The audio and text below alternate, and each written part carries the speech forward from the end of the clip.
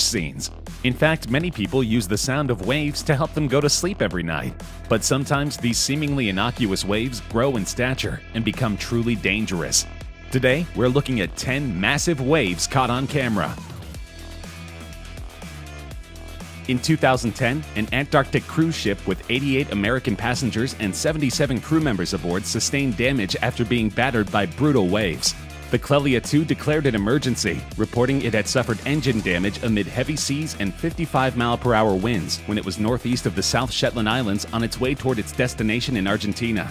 But the crew of the 2,420-ton ship managed to overcome the damage and was heading safely back to its scheduled port at 4 knots yesterday, the vessel's operator said. The captain said that in nearly 160 trips to the Antarctic Peninsula, he had never seen such weather. The ship declared an emergency when it lost power and communications after a 30-foot wave washed over the deck and took out the windows on the bridge. None of the passengers were injured. The ship was sailing from the Antarctic Peninsula back to Argentina through the Drake Passage, one of the roughest stretches of water in the world. Video of the Clelia II bobbing in high waves was filmed from another ship, the National Geographic Explorer, which saw the Clelia II in distress and stopped to monitor the situation. Crew members were able to rig a line to send a satellite phone over to the crippled ship. On July 22, 1946, the U.S. military tried a new type of nuclear test. A joint Army-Navy task force had suspended a nuclear device, oddly named Helen of Bikini, 90 feet below the surface of the water, in the middle of Bikini Atoll, one of the isolated rings of coral and land that make up the Marshall Islands. Arrayed around the 21-kiloton bomb were dozens of target ships. The Navy had a point to prove. In this new era of nuclear warfare, in which the Air Force could rain down explosives on entire nations, what use was a naval force?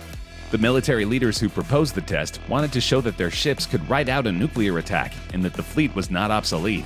That first underwater test, the Baker event, instilled new awe for the power of the bomb. The Navy had believed that many of the target ships could survive the blast, be decontaminated, and sail out of the lagoon. But within 2 weeks, Navy leaders had to admit that the ships were so soaked in radiation that they couldn't be saved, and the Marshall Islands became a graveyard for irradiated vessels. A subsequent test, Wahoo, produced a spray dome that rose 900 feet above the surface of the water, followed by a hot gas and steam bubble that burst through, throwing out jets of water in all directions, up to a height of 1,700 feet. When the plume collapsed, the base surged outward to a distance of 2 miles downwind, reaching a height of 1,000 feet, traveling at an initial speed of 75 miles per hour and decreasing to 20 miles per hour after 10 seconds. The video of the Wahoo event is truly amazing to behold. An astonishing video began circulating online in 2018. It shows a surreal and stomach-dropping scene. An azure wave, streaked with vertical white lines, rises up and somehow up higher, until it dwarfs a red tower and row of silhouetted onlookers in the foreground. Another line appears, the wake of a figure at first too small to see, slashing across the growing mountain of water. As the wave finally rolls over itself and breaks toward shore, the figure resolves for the camera lens. Brazilian surfer Rodrigo Coxa, appearing impossibly calm as he rides down the face of this liquid avalanche. The behemoth, which Coxa surfed in November 2017, is considered the biggest wave ever ridden, topping out at 80 feet off the coast of Nazaré, Portugal. Coxa broke the existing record, which belonged to American surfer Garrett McNamara, with his wave of 78 feet standing since 2011 before being eclipsed. On his Facebook page, the surfer shared the exciting honor and said it was a dream come true. Oh yeah, it was amazing.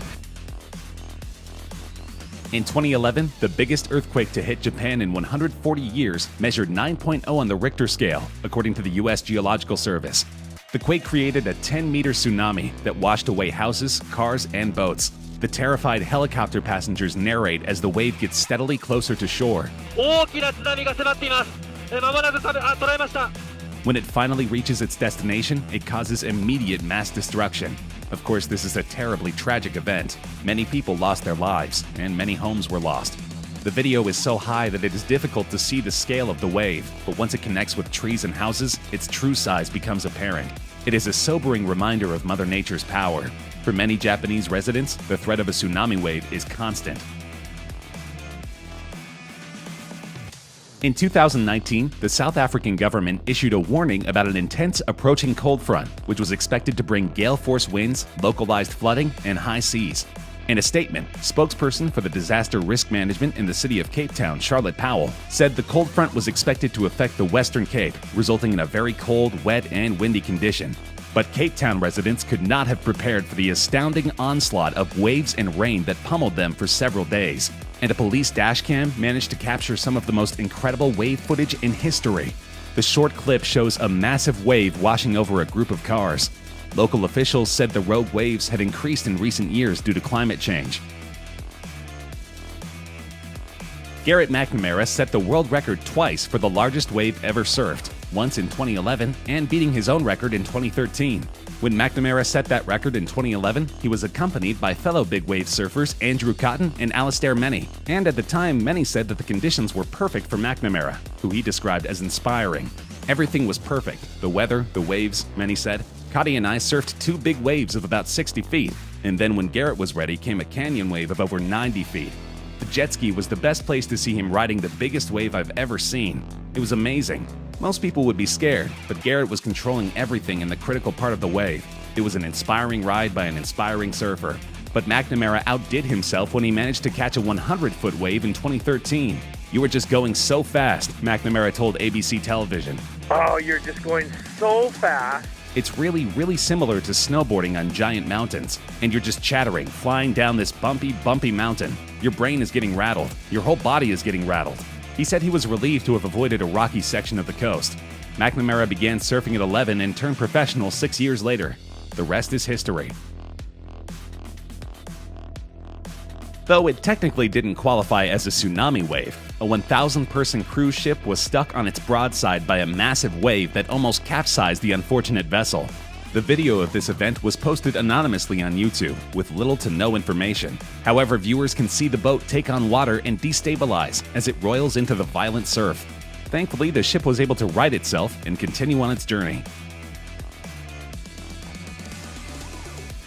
It is deeply uncomfortable to watch footage showing the exact moment a ship was engulfed by a monster wave. The vessel was out in the North Sea when it encountered a fierce storm. The video showed the bow of the ship as a 100-foot wave rolled toward it, finally hitting it in a crushing blow. Had the ship been smaller, the force of the wall of water could have spelled disaster. Incredibly, a Scottish man could be heard in the video laughing as the menacing wave struck. In between laughs, he said, "That's awesome." That's f***ing awesome.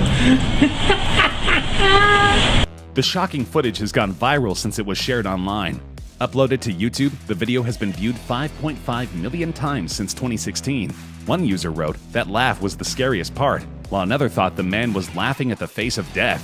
The North Sea, where the footage was filmed, is between the UK and Norway. Large ships are well equipped to withstand violent weather out in open waters, but it doesn't make the experience any less shocking to those on board. Anthem of the Seas is a Quantum-class cruise ship owned by Royal Caribbean International and the second ship of its class. It is truly one of the most state-of-the-art cruise ships in history, but several years ago, it was subjected to an absolute pounding from a rogue wave. "We're just staying in one place trying not to die," a passenger joked as his friend filmed massive waves battering the cruise ship they were traveling on. Shoot, man, we're not even moving. We're just Staying in one place trying not to die. Anthem of the Seas was stuck in the middle of an Atlantic Ocean storm, battling its way to Port Carnival in Florida when it decided to turn back. Video of 2016's truly terrifying incident, in which 4 people were injured, has emerged after being posted on Reddit. The massive storm had exploded just off the southeast U.S. coast in February 2016, driving hurricane-force winds and whipping waves into a frenzy. The cruise line, in a statement sent to USA Today, suggested the extreme wind and sea conditions that hit as the ship sailed south from the New York area to Port Canaveral, Florida, were unexpected, noting that the wind speeds were higher than what was forecast.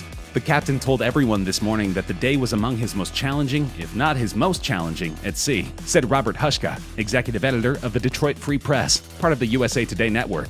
Hushka was on board the ship with his family. 4 passengers were injured during the event, though none seriously, according to spokeswoman Cynthia Martinez. There were 4,529 passengers and 1,616 crew members on board, she said.